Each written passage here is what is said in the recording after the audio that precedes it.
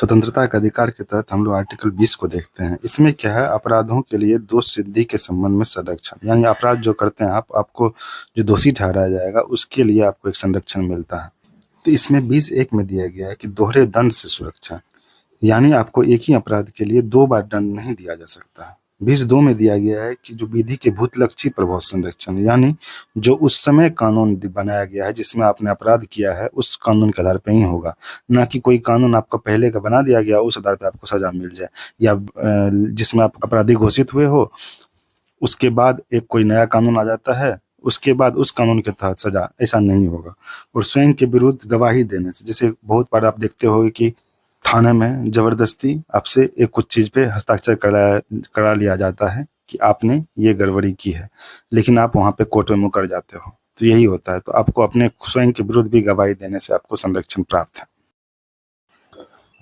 Article 21 में है कि प्राण एवं दैहिक स्वतंत्रता का संरक्षण, यानी आपको कोई आपने गड़बड़ी की है, अगर उसको छोड़ करके, जैसे फांसी वांसी देना, आपने जो अपराध किए उसको छोड़ करके बाकी किसी भी परिस्थिति में आपको अपने प्राण या दैहिक स्वाधीनता से आपको वंचित नहीं किया जाएगा।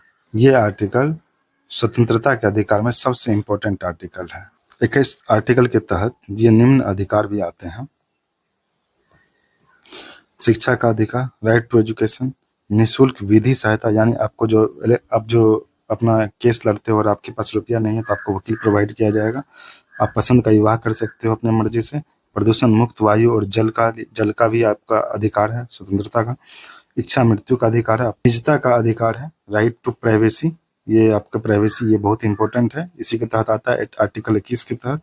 और पब्लिक प्लेस में जो धूम्रपान से जो लोगों को तकलीफ होती है उससे भी स्वतंत्रता दिलाता है आपको। और भोजन का अधिकार ये बहुत इंपॉर्टेंट है, आप लोग जो स्कूल में सुनते होंगे मिड डे मील, ये इसी से अधिकार से लेकर के बनाया गया है मिड डे मील योजना।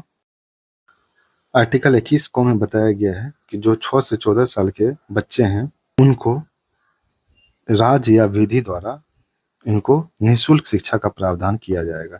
ये कब किया गया? 86वां संविधान संशोधन 2002 के द्वारा, 86वां संविधान संशोधन 2002 के द्वारा, इसको याद कर लेना आप। ये पहले नीति निर्देशक तत्व में था लेकिन उसको अब शामिल कर दिया गया मौलिक अधिकार में, 86वां संविधान संशोधन 2002 के द्वारा।